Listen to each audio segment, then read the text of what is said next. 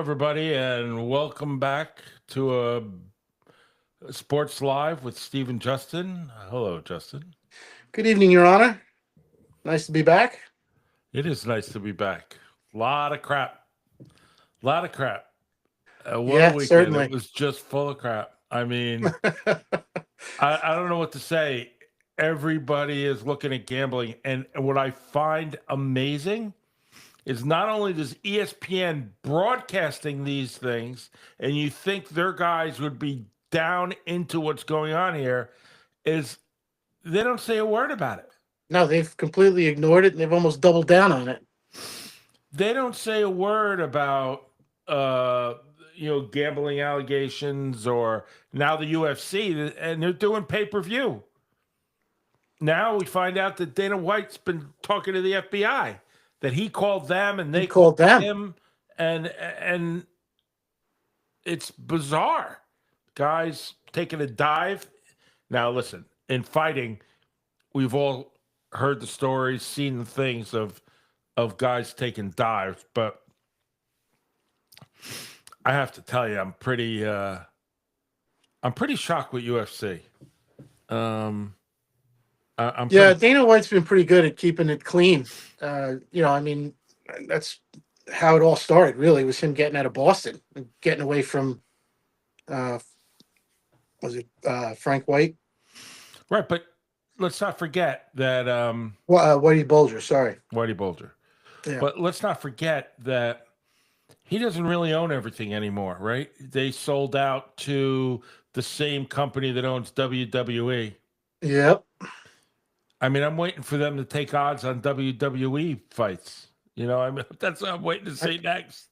I, at this point, nothing would surprise me because even after all of these allegations dropped, which I don't think we needed the allegations to know and confirm ourselves beforehand that there was, an integrity issue in all of these sports. Gambling hasn't missed a beat. They're still making money. People are still gambling. Everywhere I turn, especially when I'm at the bar, I'm listening to guys make prop bets and try and figure out their different parlays, and I just have to laugh sometimes because it's like how can you continue to, you can listen to us talk about our suggestions, but that's fodder. But when you're gambling real money in the wake of all of this, I mean, like that's an addiction, right? I don't know what else to call it. But no one's really complaining. There's no question No, about nobody's really complaining. nobody's complaining. And you know what it really reminds me of? It reminds me of steroids in baseball. In the beginning, everybody was breaking these records. Everybody knew it was steroids. Come on, these guys, all of a sudden, they're superhuman. They looked superhuman. You looked at old pictures of them and they were thin, and now they're gigantor. I think what made steroids palatable, if you go back to, let's start with Jose Canseco. He was an enormous person, He muscle was, bound, but you never really got the feeling that he was going to break the home run record in a single season. He struck out a lot. He kind of was a little bit of an oaf in the field. So yeah, he could hit the baseball, 500-600 feet, and maybe he hit over 300 in the early part of his career, but he never seemed to really be a threat in terms of you know scaring pitchers. Good pitchers could get him out, right. and they lost that initial World Series, but then things changed a decade later with, ironically, his teammate McGuire and Bonds, obviously, and then when the list of players' names was released, and you realize a lot, like everybody's doing it, and you think to yourself, well, maybe it's not that big of a deal if everybody's doing it. They still haven't done anything so spectacular, and then the home run record gets absolutely obliterated. So Yeah, it kind of grew into that. I look at it, I kind of look at it this way. Steroids use was tolerated because marginal players were making themselves be able to play baseball every day. When superstars like Barry Bonds took steroids, who was a Hall of Famer before he took steroids, way before, that made him superhuman. Yeah, absolutely. And No question about it. I think as long as the public tolerates it, that's the one part. The second part is, and the owners make a lot of money from it.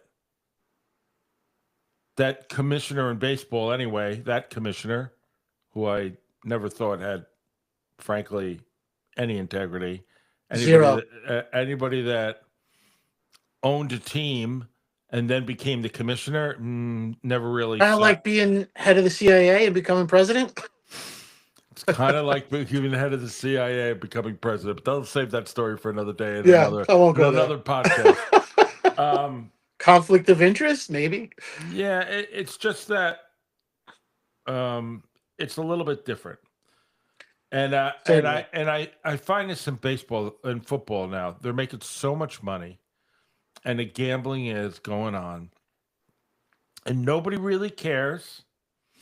Nobody really cares. I mean, the one that really stands out is, and I'm sure you've all saw it because it was a big time game, was Detroit and Philadelphia, right? Yep. I mean, at the end of the game, making a run that, frankly, I don't think was going to make a difference, but it may have. You know, the Detroit is a good team. They have a great quarterback. He really is among himself. He's very good. And he plays tough, and the whole team plays tough. Even when they have, over the years, even when they had tons of injuries, they still played tough. Certainly. You get A.J. Brown and I forget the guy's name, Lynn something, the defensive player's name, Rock Sin, who was the Detroit Lions Corner. And you have, I'm sorry, don't they have this backwards? And you have A.J. Brown, and it was A.J. Brown, right? Yeah, it was Brown. And they're in it, and they call pass interference, and it makes a difference because they end up getting a score and winning the game, and it changes everything. And these games, I mean, now you hear calls for we need two teams, and in the wake of all this gambling crap, you start it's not a good look. It's a bad optic. Look. And granted, and I said this to Jason earlier today, Jason, bingo, there's the duck. They said the secret word, duck comes down, you win a prize. I said this to Justin before, is that I don't see it as like the league trying to fix games, because frankly, I think that's impossible for anybody to do, for the league to do anyway. I don't think they're competent enough to be able to do that. I really don't. It's very difficult. But it almost seems like the referees and umpires, or whatever you want to, officials, are like some protest going on. I mean, you can't tell me they don't see those guards getting off the line on the tush push. You're going to tell me they don't see that? I don't. It's not something you could. How do you miss that? You have one job. It's to look for that, and you miss it every time. It's egregious. And there seems to be more. Yesterday during the Giants game, the left tackle for Green Bay, he was a step ahead of the snap. It was his left foot was coming back and off the ground before the ball was snapped, and it's something that I don't think you should miss. It's like a pitcher and a balk, right? If he moves the front leg first, or I should say, if he moves the back leg at any point, he's got to come to first base, or he's got to go home, whatever it is. There's no, there's you can't miss that, right? It's something you can't miss, right? And you're trained to look for that. It's not like just some guy off the street in a high school football game not paying attention or isn't trained to look for stuff like that, or that the guy jumped off sides. It's so egregious you can't miss it. I know it's quick, but again, you're trained for that. You're trained to look for that. And it happened in both sides of the football where the tackles are coming off the ball before the ball is snapped. And it's like, they're trying to time with the quarterback. I get that. But you can't miss that. You just can't miss that. Not consistently. And it needs to be called. And I understand the league wants to protect quarterbacks, and if that's what they're going to allow to happen, that's a big red flag.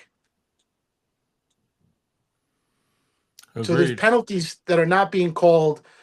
These pass interference calls. I mean, every week we see one, at least one, in a big spot. It just can't happen every week like that, and in big games too. This was a big game for all intents and purposes, right? This is a huge game. Huge game. Now, I'm not saying the Lions would have won because I'll give credit to the Eagles. Their defensive front 5/7 was all over that Lions offensive line. Yesterday, they were all over. They were absolutely all over them. And they were playing inside mostly the whole time. It was an inside pass rush. Even Penei Sewell, who was great, had his hands full with Jalen Carter and Phillips, and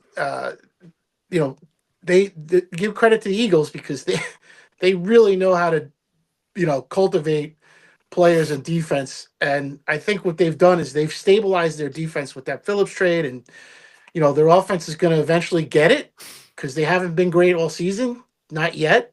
They're going to figure it out. Right. Well, I don't know. Sorry, I got off topic there, but no, the penalties you're on target. The penalties are out of control. Yeah. And the penalties relate. Suspicions of the penalties relate right back to the gambling issue. And the other big one that seems to be the topic of conversation today, and there were many. Every place I looked, I saw missed penalties or penalties not called right, and there was a missed face mask penalty on the Chicago Bears during the game against the Minnesota Vikings, and that was a big penalty. That's a personal foul, first down, the whole nine. Yep. And those are penalties you shouldn't miss. It's pretty hard. Someone's always watching the ball, right? So if you can see it from your television, how are they not seeing it on the field? I understand sometimes they're not in position based on where they are on the field, but when you're following the ball, how do you've got at least 2 or 3 guys watching that happen and unfold, right? So how do you miss that? So, back to the Eagles for a minute. They end up winning the game 16-9. And the commentator, Chris Collinsworth, referred to that call as game deciding and terrible. Yeah, because if Detroit gets the ball back, they've got a legit shot to make a play, get down the field, and score a touchdown.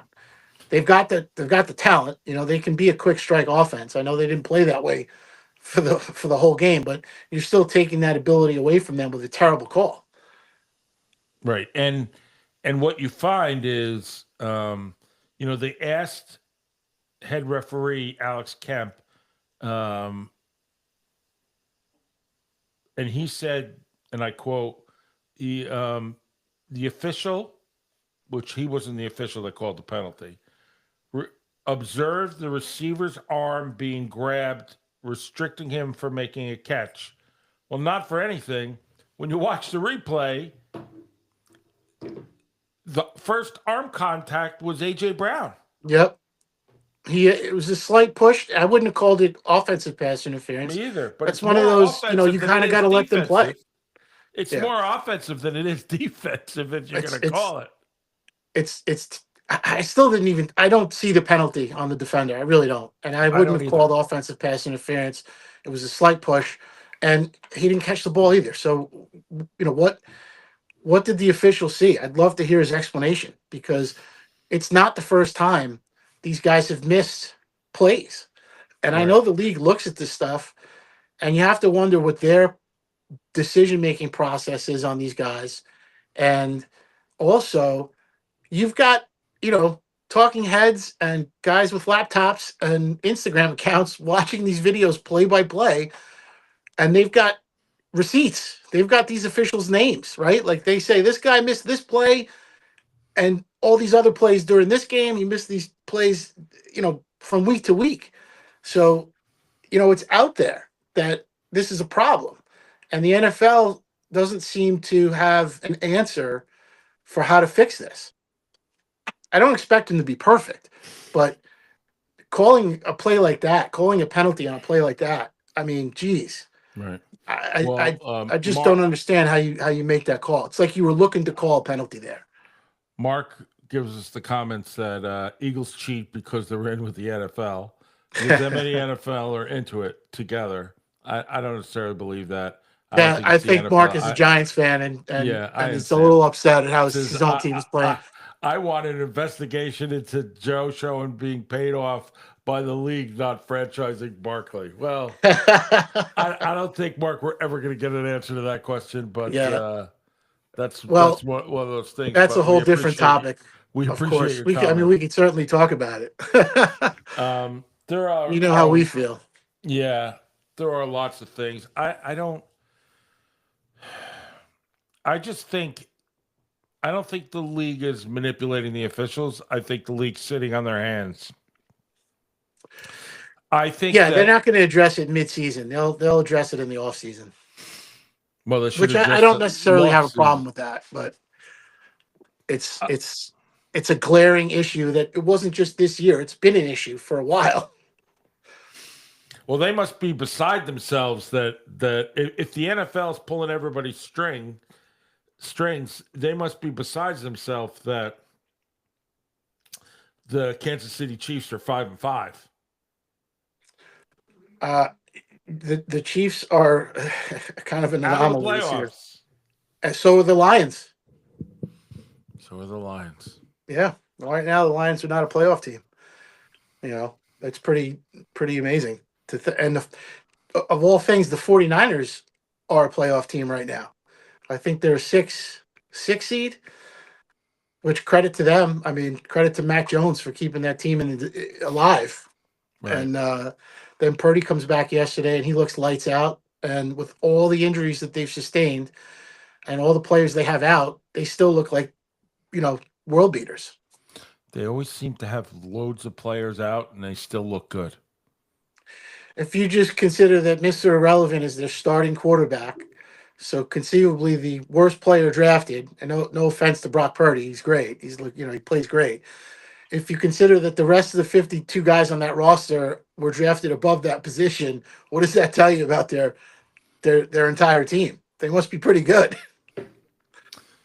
Yeah, Purdy's just such an amazing story. You know that um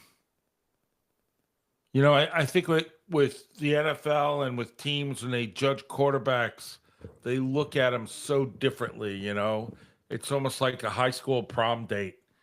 They don't really they never really get into, what someone can do. And it's amazing because you have these quarterbacks that you believe are going to hit the ground running and they hit the ground right into a wall. Then you have a Michael. guy like Purdy who walks out of oblivion onto the field and goes after it. Yeah, and it's a credit to the coaching staff as well as his ability to grasp their offense and Right. play within himself. Right, he's not asked to do anything that's above his talent level, um, and that's not a knock on him. It's just that he's playing very well within his ability, and they've cultivated the most out of him by allowing him to grow and also getting him to develop other parts of his game. Whereas the guys you're just mentioning that are thrown to the fire have that athletic ability and are expected to go in right away, and they're not allowed almost to grow or learn or create, add to their repertoire by building, uh, you know, their their skills. So it's a different NFL today than it was 30 years ago. Certainly, how you draft quarterbacks is different. Um, look back to some quarterbacks that got drafted late years ago that had tremendous athletic ability, but they weren't high draft picks. Today would probably be first round picks. Um, they are expected to win right. Look at the Falcons and Michael Penix, who just got hurt again. Unfortunately, he's out for the season last night with yet another knee injury. Just terrible for him. But, they brought him in knowing he was, he'd been hurt in college. He's now not finished. I think I heard today it was 5 of his last 7 or 8 seasons due to knee injury. And you have to wonder, like, did they put him in a position where they wanted his athletic ability to keep him out of trouble? Or, did they try and build him from the ground up and then let his talent and athletic ability, take over when things break down versus, just throwing them to the wolves? Um, you don't want to see these young quarterbacks get hurt like that. And, fans are rabid. Fans want to win right away. But sometimes it just doesn't work that way. Uh, I know Mahomes, was But year 2? just to go back is something I argue all the time, that these teams are not prepared. And I know you say it's the collective bargaining agreement rules now and all those other things, but that doesn't change the fact that they're not prepared. And I'll give you a perfect example. All right. Perfect example.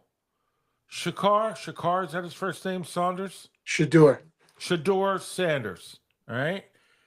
Somebody gets hurt, he goes in. He has never, mind you, let me use that word again, never taken a snap with the first string team. Never. His first one is off the bench and onto the field. And those guys, it reminds me of high school. It reminds me of, like, you have the freshman team, you have the JV team, sometimes you have a sophomore squad, and you have a varsity team. Imagine in your right mind that in this league where quarterbacks get hurt every week, there's a list. We could go through them. Aaron Rodgers is another one just yesterday. thinking the same thing. Has a broke his fractured wrist or a broken slight break or slight fracture. Well, it's pretty interesting. When you're playing football, a slight fracture is no joke. But anyway, It really isn't. they Mark wrote something else. I'll read it in a minute. Here he comes off and he never takes a snap. And these guys are looking at him like, what you don't know his cadence, you don't know his tone, you don't know, some people normally, you get the feel for them, they break right, they break left, they do this. They have no idea. So now you're expect to protect the guy that you have no idea where he's going to go and what is he going to do. It's ridiculous. Yeah, and then throwing the ball, his timing with the receivers. If he hasn't taken a snap with the first team, I would imagine at some point he had to throw to these guys in practice, but we don't know that. But I'm assuming they don't, because they don't practice. But never, not one afternoon when you had nothing to do, when you go out there and practice. I mean, and yet there are some teams like Kansas City every other year, but this year they practice everything.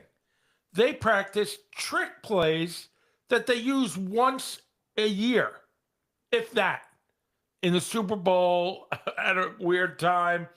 Yet they practice it every game. When we practice it. When people said, "Where'd that come from?" They said, "Oh, we practice it every week." Yeah, they're just not out there drawing plays in the dirt. Correct. I mean, there's just, it's really just crazy. Mark writes, so they get rid of the kickoff and they don't want to get rid of the turf, grass only, like FIFA does. So yeah, Well, kickoff is stupid.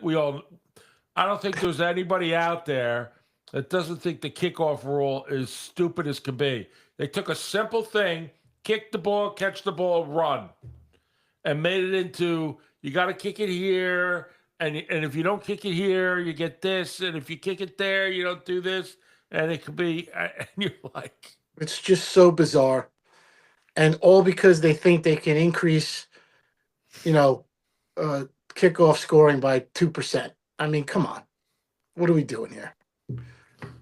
It's so it's it's just if it ain't broke, don't fix it. And if the broken part was injury, concussion, etc., you have to look at all the factors. So that's a whole nother. We talked about that at the beginning of the season. We talked about the rule changes. We talked about the kickoff explicitly. I'd be in favor of just removing the kickoff completely from the game at this point because it looks so unnatural to the game and makes no sense. And if you're not gonna put everybody on grass to try and reduce these phantom injuries that seem to always happen on these horrible field turf, uh, then why not consider just if you can lose the coin flip too. Just give the home team what they want. It's a home field advantage for a reason. So let the opposing team get the ball to start at the 25 and let the home team get the ball at the 25 to start the second half. Done and done. Everybody just defers the kickoff anyway when they win the coin toss. So it's all there. They don't it's not rocket science. I, when it comes to football, and I know it's a different world we live in, I said to myself, what would Vince Lombardi say? Do you think Vince Lombardi, Tom Landry, Parcells, Belichick, you think he ever went a whole season without their backup quarterbacks taking A snap with the a first team? Yeah. snap with the first team? I mean, Even special teams has, you don't have just one guy that's place kicker and a placeholder, right? Like you've got your emergency placeholder, which is usually your starting or backup quarterback, right? In case one guy goes down, you got to have an emergency plan because that's important. You got to be prepared for all of those things. So, like you say, they're just not prepared for this. Now, I will say that in today's NFL, and I'm not defending it, but it's not like Shador Sanders is going to be taking snaps from under center. He's going to be taking everything in shotgun. That's where everything is done these days. Even running plays are now all RPOs. There's no more taking a snap and handing it off to the running back from under center. You just don't see it anymore unless it's a short yardage situation or the tush push or whatever. It's a different game entirely than it was even 10 years ago. yeah, I mean, Mark says bring back 1/3 of the game. Gunners need kickoffs, and fans want it back. I think fans want it back because they still can't figure out, and that's why in the beginning of the year, I took the video from the NFL and played it because I was like, I'm not going to be able to explain this, and nobody's going to understand it. And I still don't think teams understand it. I No. think they think about how to screw people, on it because they are betting that they don't. But so why? Why did they change the kickoff? Well, they were looking at concussions, right? They were trying to head off this concussion, this concussion thing. I would say that, and yet in the same breath, they talked about punt returns. And they said, punt returns are one of the most exciting parts of the game. So that's what they said about punt returns.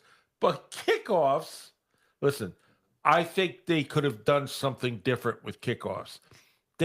I think they could have just let the guys not start running till after the ball's caught. I think that would have been a good way to deal with it, and if, but to change it in such a weird way, I mean, because they always want something to say. oh, well, we have a problem with concussions, and we're gonna um, probably a lot. Mark, I said, how many concussions did Devin Hester have? And I don't, I don't know, but he's really on it. He's really on his Giants crap today. Um, but I don't think they had the protocols like they then as they have No, now. certainly not. Certainly not. And I But listen. I understand they want to protect these guys from themselves, but today's athlete is vastly different. Today's athlete, if they get hurt, they're not playing. That's not in their mindset to tough it out. Maybe offensive linemen, but across the board, guy gets a scratch and he's in the tent. You know what I mean? So I'm it's just still amazed at the fine for for dealing with Dable. the yeah. I mean, I don't understand that at all. Um, Rules are rules. Can't break the rules. Can't go in the tent. I respect their standard if that's where they want to go. Um, well, I respect that too, but listen, he went in there because his only game was to throw that quarterback out and right. let It him was run for his life. right, He right. couldn't put a team or do a plays. He didn't sit there and like Vince Lombardi did and practice one running play Until you for get it right. the entire day. Yeah. They you don't look at it like that, and players aren't going to do that anyway. You're going to rebel, especially against a coach that has no power. I mean, Bill Belichick goes out there and tells you you're going to run one play the whole day. You're going to run one play the whole day, but um, I'd have to say there are um, other things. So I don't know. I mean, to me, football's got away from so much. I don't even know what to say. It's a different sport now than it was. There's no more, you know, coaches don't take over a locker room and break guys down and break their spirit and build them back up, right? Like kind of like a rodeo and a bronco or a a bull or something like that, where you have to be tougher than them mentally and break them and then build them back up, right? You don't see that anymore because the minute you talk tough or go that route, they're on Twitter, they're on Facebook, they're on social media, they're TikToking. I mean, it's ridiculous, right? It's one thing for them to go have fun in their off time and do their own thing, whatever. You really can't control that. And I don't think coaches should, but they still have to have understanding of their responsibility to the team. Where if it's a bad look, whether it's your own time or not, you know, you've got to practice. You got to put in the effort. You don't just show up and get accolades. And if you don't practice and you continue to put things like restrictive practice hours in your collective bargaining agreement, because it's going to show on Sunday. I mean, just look at the product. Overall, the product is not nearly as good as it was even 15 years ago. So, you know, what happens is you've got, the teams that manage these rosters and have players that fall in line. Look at the Eagles are ready to fall apart, right? Like defense looks great, but AJ Brown, I he think tells his I fantasy owners, don't play me anymore. I think that team's been ready to fall apart all year. I think they're holding it together with chewing gum and scotch tape. You have to give the GM credit there for that. Because I know the head coach is kind of you know, he's less palatable than most. I'll leave it at that. I don't think he gets along with Doesn't seem anyone. like he has control of the locker room. Not at all. And I think the players say to themselves, "This could be the best team I ever play on." Well, And they we had could, discipline action from yeah, day one, right? With Jalen Carter in the first play of the year. We spit on the guy or whatever happened. He got thrown out of the game, right. right? So I think that's part of the reason why they reached out. I think they reached out to Brandon Graham and brought him back in. It's the middle of the season. I know he was retired, but that's a presence in the locker room that you can't ignore. That's a leader, and he's going to get those guys to fall in line. And I think it was more about that than having another body on that front seven. It was about we need to stabilize the locker room, at least on the defensive side of the field, because we've already lost AJ Brown and we're probably going to lose even more. And we can't run the ball, even with the best running back in the world. I don't know what's wrong with their offensive line. I know they got injured last night. So I think they're just kind of circling the wagons. They're definitely vulnerable, but this was a huge loss for the Lions because this makes you more formidable in the playoffs to get past this. But that Eagles defense held you in check. You scored 9 points. So I credit the GM for keeping it together and reeling in the leadership and kind of locking it down and holding these guys accountable. Offensively, you know, I I don't know what it's going to take. I presume that Saquon is the offensive leader. Um, wide receivers, I take them with a grain of salt. They're always divas and run their mouth, and they have all the talent in the world, and they're the fastest guy in the field, and they think the world owes them something. It doesn't. When you look at a guy like Roma Dunze in Chicago, who's an elite pass catcher, comes away with no catches 2 weeks ago because he's blocking on every play like he's Hines Ward. That's the kind of guy you want on your offense. That's the kind of guy you can say, hey, we can win with a guy like that. He's completely selfless, totally unselfish guy. If that's what we need to do to win, that's what I'm going to do. And talent exceeds that in the draft, right? They don't care if a guy is selfless or not. They're like, we want the talent. We're spending this pick on talent. We're going to forego all the intangibles. We just want the talent. And now it shows. I do you think the Eagles couldn't score 16 points without AJ Brown? Of course they could. So, to me, it's like you have to make a decision. Obviously, he wasn't going to trade away AJ Brown. I just don't know how they're going to reel him in and get that offense back to where it was, looking like it did in the Super Bowl, where they were just able to score points at will. I mean, they certainly have the talent. I don't think you need to do anything to AJ Brown. I just think you need to throw him the ball and everything. All you know what? There's All that. all ills are cured. You know. I just think that's Well, the they way threw it it to is. him yesterday, and they got a pass interference call. Well, I can't explain that, and neither can you. But that's really, I don't. There are these teams.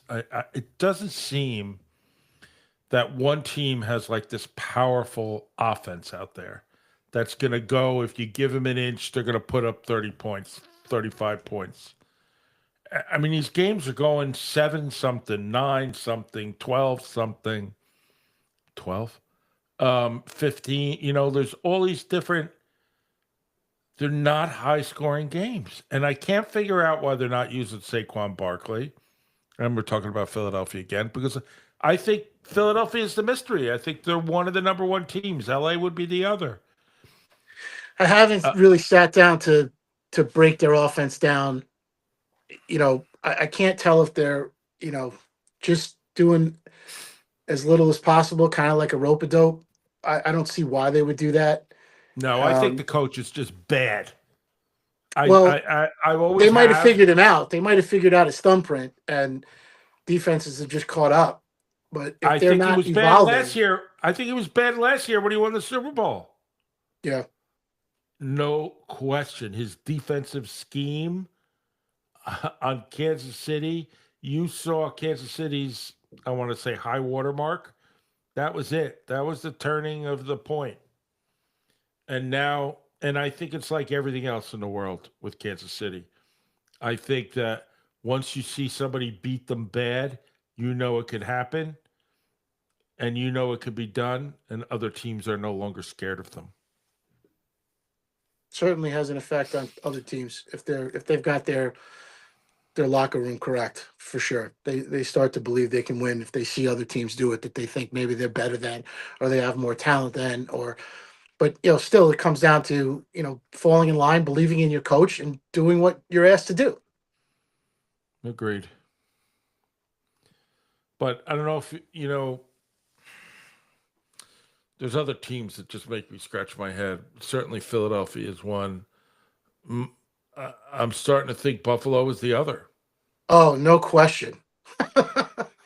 I No mean, first question. of all, he had right 6 touchdowns yesterday, 3 running and 3 passing. Three, yeah, unbelievable performance. I mean, can you pay him enough? I mean, listen, I Well, really he's their believe whole offense. I mean, he he, makes it's him or it's how good he is. You expect those numbers from Lamar Jackson. I mean, not that Josh Allen isn't an athlete or an athletic quarterback, but wow, 6 touchdowns in one game. I but he's mean, but he's big. he's huge. Oh, he's huge. But their pass catchers it's a revolving door on that offense right now. Right. Keon Coleman was benched. They brought a guy off the practice squad. They brought some guy in that hadn't played all year. I mean, and I know because I got Keon Coleman on my fantasy team, but Shakir is the only guy that's been consistent in that offense. I know their tight end is huge, but it's it, it's pretty glaring how much Josh Allen means to that offense and to that team really, because their defense isn't great.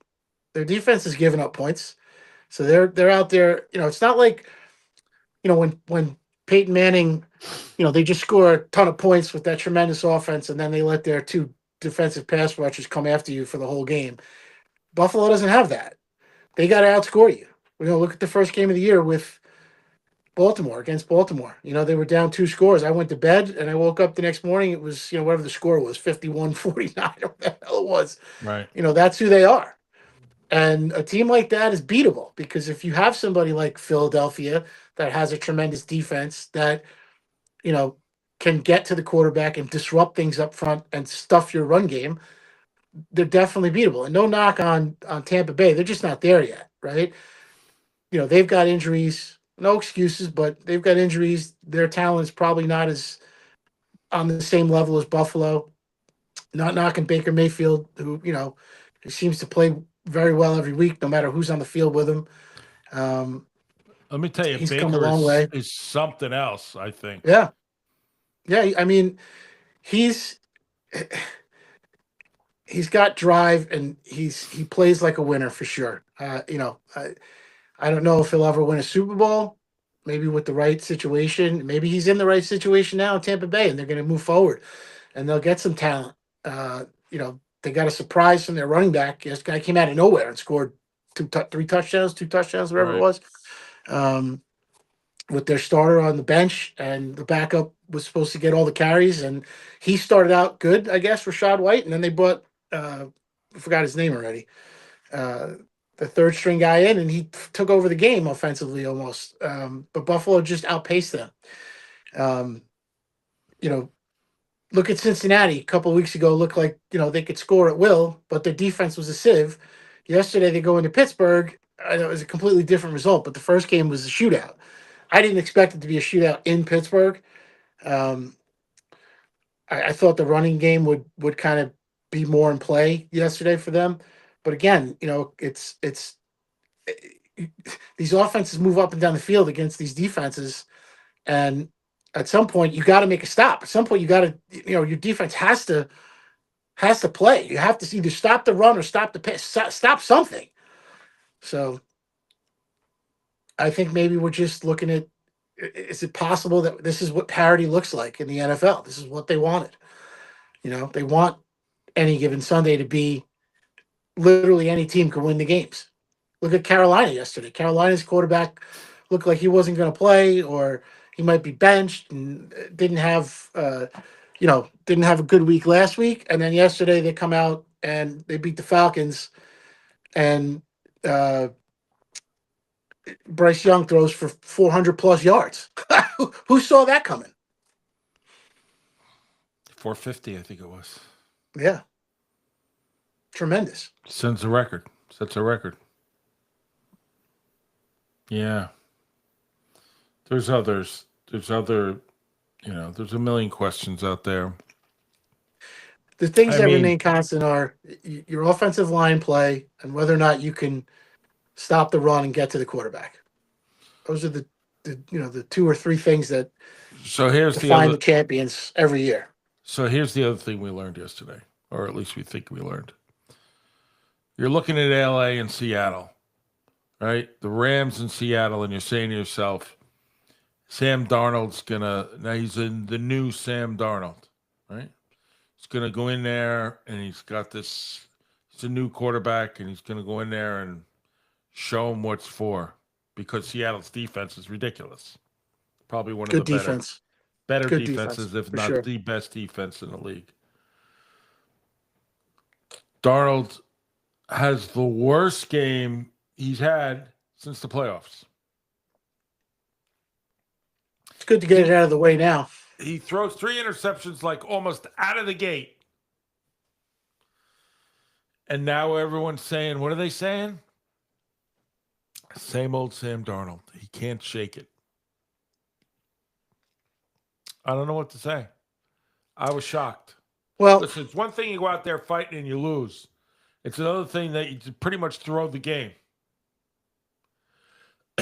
Excuse me. yeah, they're playing a Rams defense that is very good. Right. Obviously, we know they're well coached. I think maybe they had a plan to bait him. They obviously saw something that they could exploit. Um, and for all intents and purposes, Sam is still a young quarterback in this offense. So he's not the wily, savvy veteran yet, even though he's been in the league for a long time now. Right. He's still coming along. He's still growing. And like I said before, getting this loss out of the way early is good. If you want to be positive about it from the losing side, you can say, well, we only gave up 21 points to the Rams, because that offense has been clicking the last 4 weeks. And they're tremendous. I mean, they have a lot of talent. So, they're probably going to end up, at some point seeing each other in the playoffs, you would think, unless one team has a complete free fall in the second half here. Um, but the Rams, like we said last week, we've been talking about it. They're a very good football team. Sneaking, I said a couple of weeks ago, I don't want to say they're sneaking around the chicken coop, but no one's really talking about them. And they're a pretty good team. The And that quarterback's loss that they had, the quarterback's on the money this year. yeah, Stafford's an all-time great as far as I'm concerned. I've always liked Matthew Stafford. There's another anomaly loss, right? They lost to the Eagles. We're trying to still kind of scratch your head, like, how did that happen, right? The freak Right. play, the kick, the block kick, whatever, special teams. That team's gonna be better. Um, it's going to be a very exciting NFC, end to the season and in the playoffs, I think, because there's probably 8 teams that are playoff teams and 2 aren't going to make it. So, we'll see. I mean, that was a big loss for Seattle because I think that puts them behind kind of the 8 ball in terms of winning the division and getting maybe a home playoff game. But who knows? Who knows how it's going to shake out? I think that's kind of just round one, and we'll see. We'll see where it ends up in January. So there's 2 teams that we haven't spoke about today that are The probably Jets 2 and of the the. Giants. No, we're not going to talk about that. That are probably 2 of the best teams in the league, and we'll start off with New England. Ah, tremendous. Who are playing well, and the other is Denver. I mean, Yeah, you can't deny. I mean, they find ways to win. They're incredibly coached well. They have an up and coming quarterback who continues to learn. He's not perfect, but he seems to have a lot of upside. he's got the right coach. Yeah, and so does New England have the right coach. Yeah, I mean, they're lucky to have good assistant coaches too. it's funny because the contrast and compare. You got Sean Payton on one side as an offensive guru, and then you've got Vrabel on the other side as a defensive guy. But both guys have a working relationship with their quarterback that allows the quarterback to grow within the system and doesn't put the quarterback in a position to do anything crazy. And You mean you like know, the it's Giants, where they rely on the well, quarterback yeah. I mean, to carry the entire team? that's what it comes down to. I mean, look at the revolving door in Denver at quarterback before Sean Payton got there, and how they just went through a cycle of guys, and it was like, well, we don't really know. None of these guys are what would they. You're not coaching them. Clearly, you weren't coaching them. Whether it was the offensive coordinator or the head coach, whatever. Sean Payton comes in, stabilizes the team, sticks with Bo Nix because everybody thought, oh, he's gonna, Bo Nix will be on another roster and Peyton will go get his guy. Well, turns out he had his guy. And right now they look like, he can play.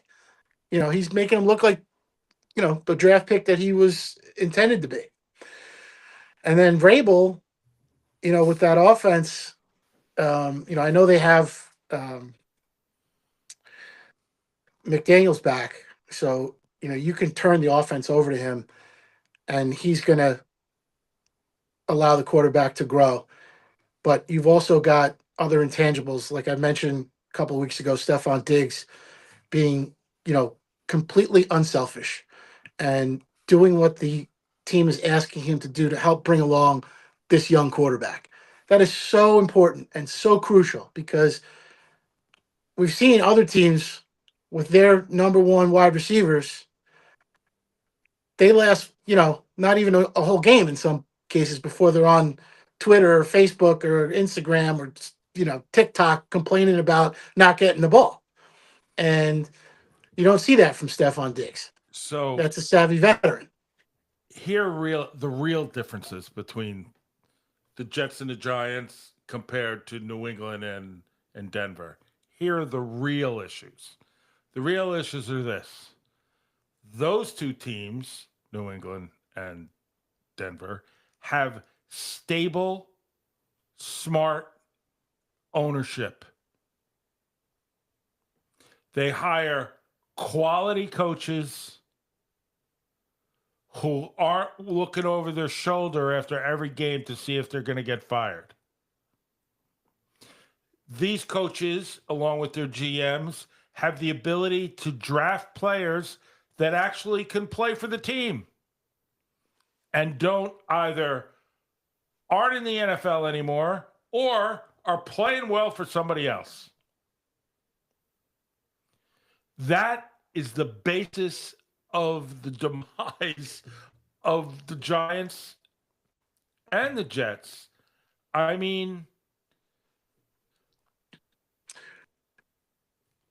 I think that, I think it's very clear that they yeah, hire and then their ownership believes in them instead of saying some stupid crap to the media.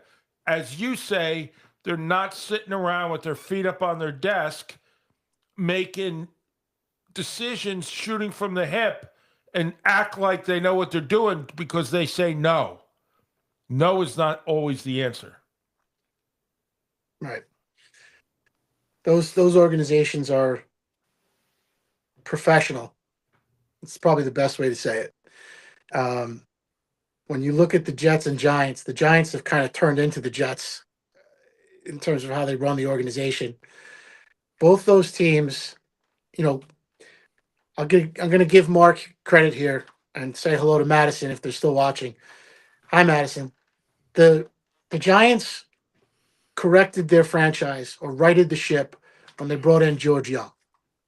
George Young, and they trusted him and allowed him to make decisions. When George Young said no about the money, and the fans said, "Are you kidding me? Just give it to him." He was like, But it was "No." more, excuse me. You're right. He did do that. He created stability, but he also knew this market, right? So he was able to navigate not only drafting good players, but also bringing in the right coaching staff and all the while managing the New York market for the franchise. Right. The Jets have never had that. And the Giants look like the Jets used to look. They don't have that stability anymore. Case in point, the Jets, and I know we've talked about it a dozen times already, but you brought in a guy like Mike Tannenbaum, who, oh, he's a numbers guy. He knows the cap, and he'll create salary friendly, blah, blah, blah. You fire the guy, and all these years later, you hire the firm that he's working for to tell you who to pick as your general manager to run your franchise. It's absurd. It's wholly absurd. The blueprint is already there. You got to find the guy. I don't know. I can't put my finger on it and say it should be this guy. I know Mark wants the Giants to get Ray Agnew and bring him in to run the franchise, which I don't think would be a bad idea. Um, you do need personality from your head coach, although I will say I love that Aaron Glenn doesn't give a damn thing to the media. I love that he thumbs his nose at them and just doesn't care. I absolutely love that. I'm not defending what he says, but who cares? I don't the head coach doesn't have to answer to the media. They can ask him all the questions he wants. He doesn't have to give him anything, and we saw that in Belichick. Right. Right? We're moving on to Cincinnati. Well, Is Tom Brady playing this week? What do you think? Next question. you know the phrase. You know you want to, and I think it comes from, and I think it comes from Parcells originally. Is winning cures everything, Winning cures everything.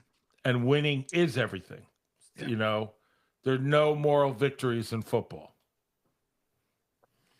So, They don't last very long. It's week to week.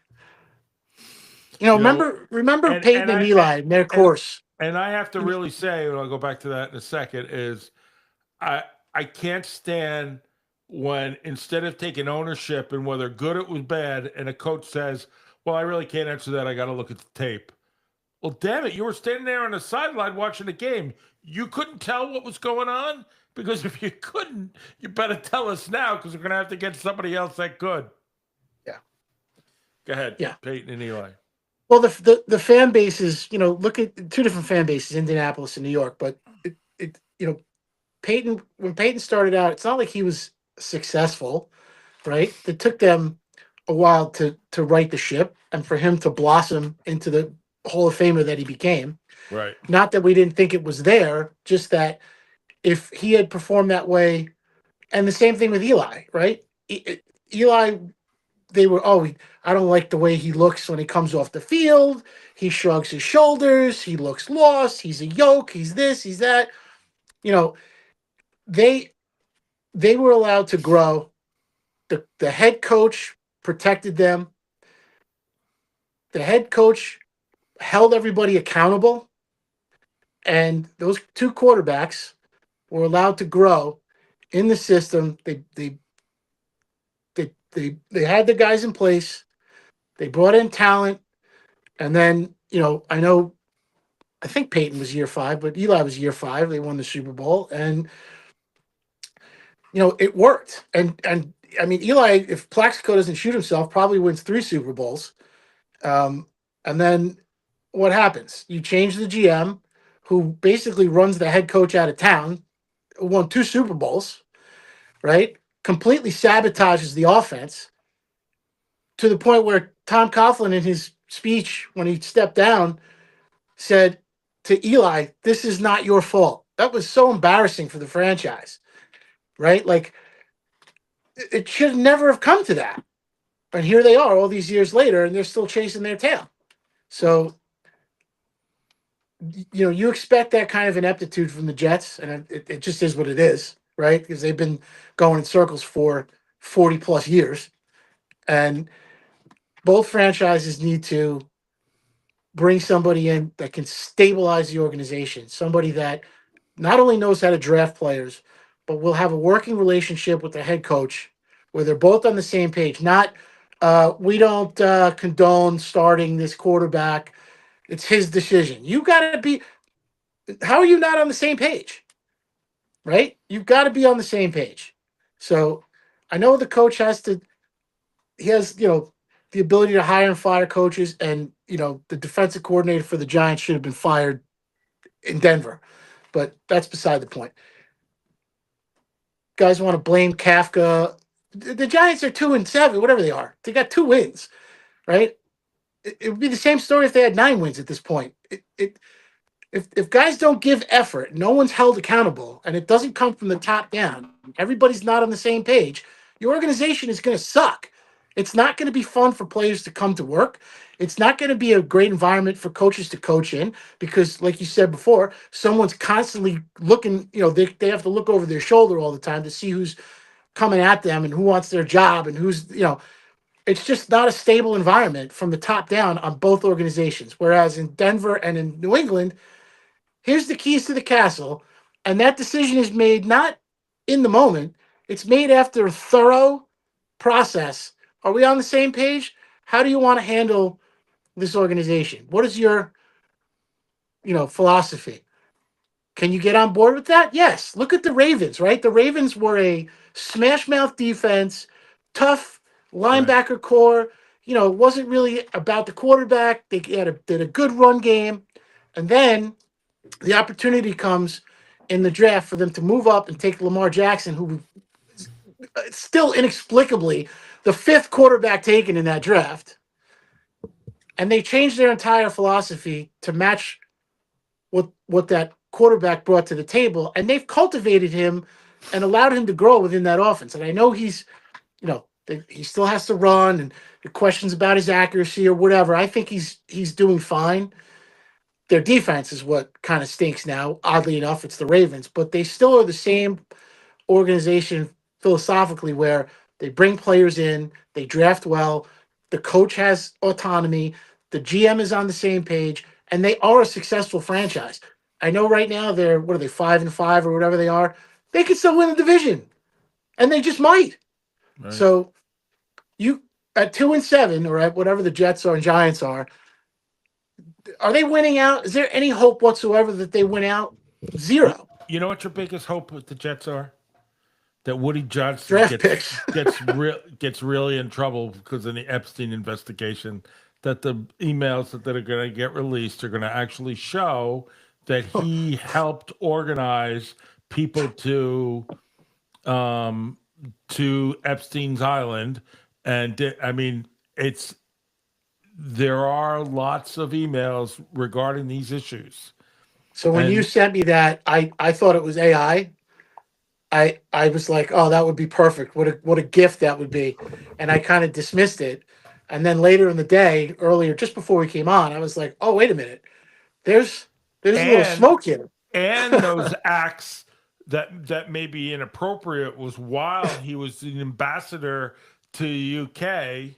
Ugh. All right, $1 billion another.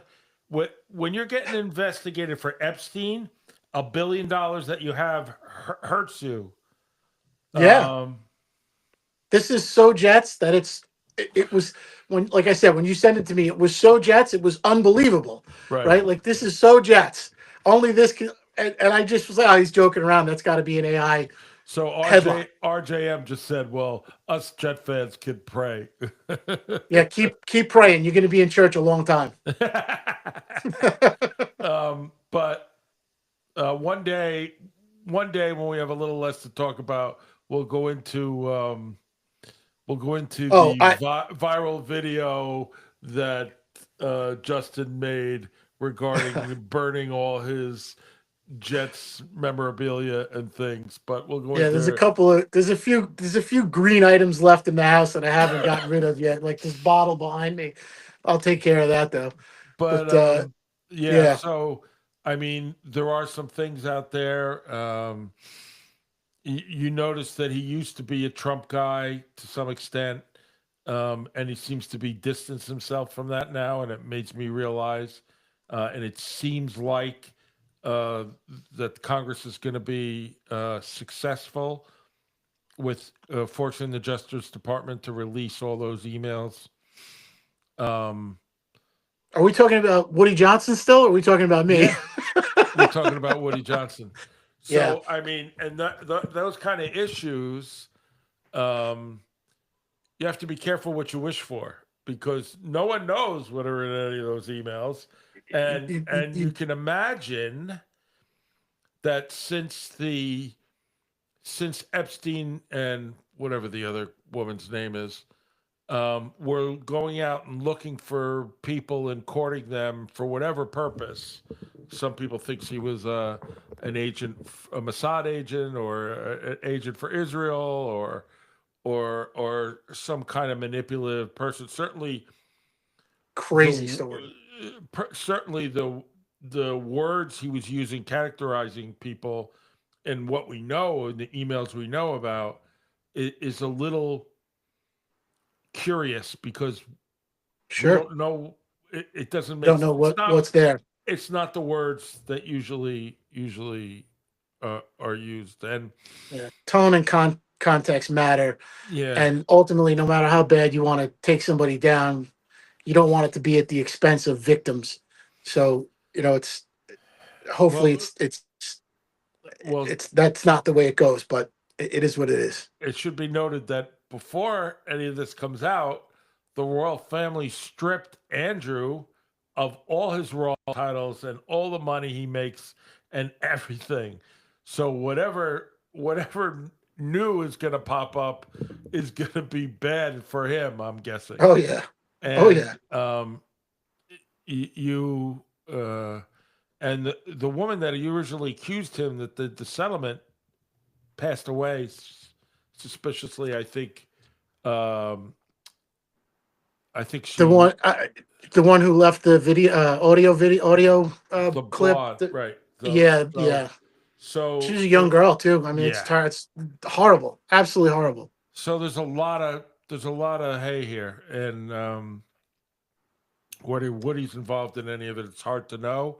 But I would say this: you think that the ambassador to the UK would have some relationship to the prince, and he certainly had a I would imagine they've relationship to crossed Epstein. paths. I'm surprised they caught pass. I still can't get over that after his team lost embarrassingly last year in England that he hauled off and fired the coach. I thought that was Well, was yeah, not the appropriate action not deserved. Well, and deserved, but not not deserved. appropriate. But you know what's better for him now? He's a coach with San Francisco, right? Yeah, he went back to where he started or where he came from, and I wish him success. I do like the guy. I mean, it's not like I know him personally, but I thought he was a good coach when he So did came I. here, and I thought that he would, maybe have some success. I thought he had good energy. He seemed to be somebody who holds people accountable. Unfortunately, they didn't really have the tools to manifest the cultivation of a young quarterback. And maybe they chose the wrong quarterback. I don't know. I'm not saying that he's not good. It just didn't seem like the right fit for the Jets. Right. Um, I thought they could do more with less at that time, but it is what it is.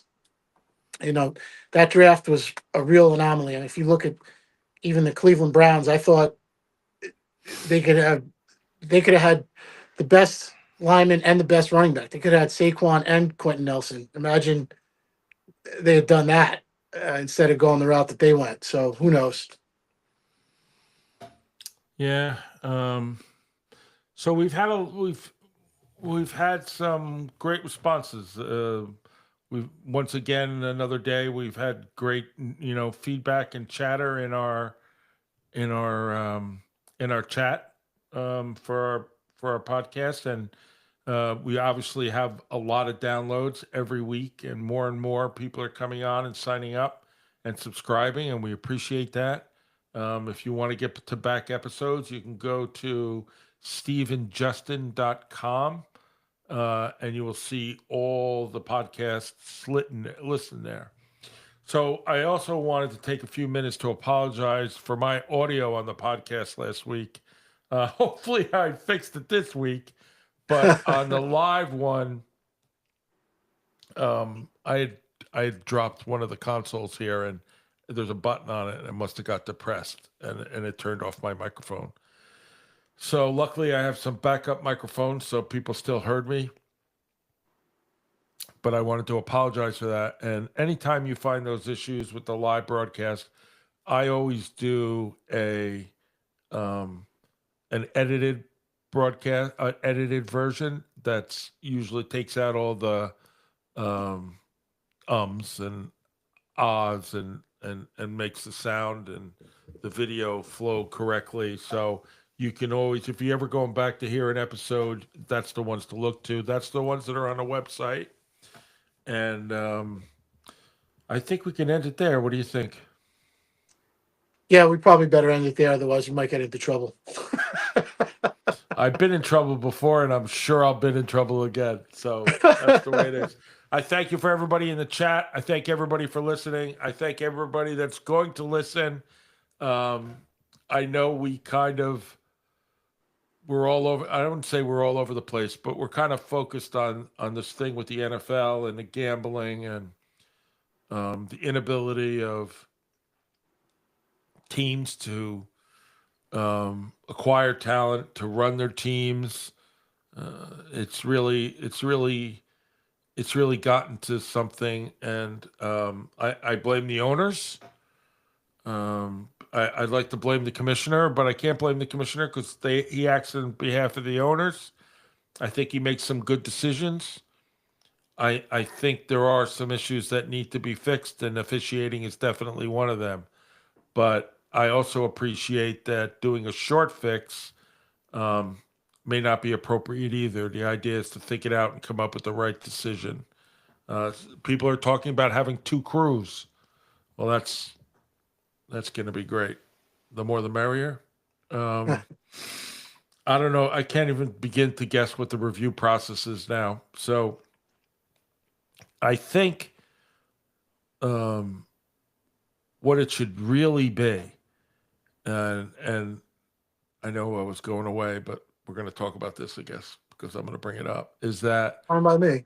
officials need to be professional officials.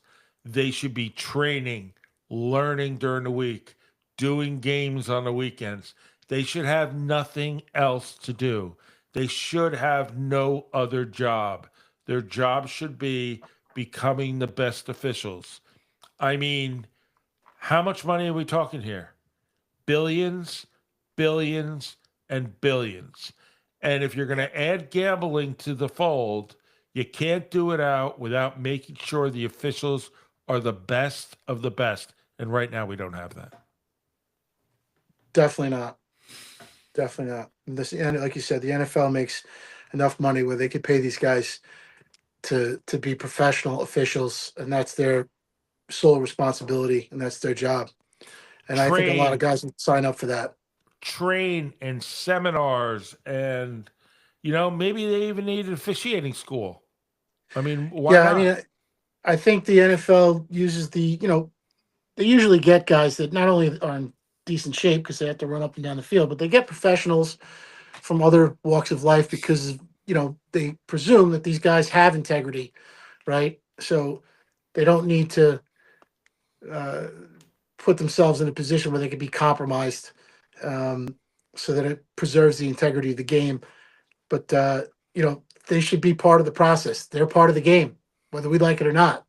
And to have somebody come off their couch or out of wherever they're coming from, whether they're an ambulance driver, a lawyer, a doctor, whatever, if this is not their sole concentration, uh, that leaves in question what they're doing out there in the first place. Sorry, I hit the wrong button there. This is where I put up. Mark said this: champions win games, and they let the shirts sell themselves. The Giants have forgotten that. So I'll leave you there. Thank you, Well said. everybody. Thank you for everything. Please like and subscribe if you haven't already on YouTube. Remember that there's an audio version of this podcast also available sometime tonight or first thing tomorrow on all the major podcasting services. Video is available on YouTube. All right. Thanks, everybody. Justin, Thank you. see you, See you brother. next week. Thank you. See you next week. Let's not forget the little media thing here.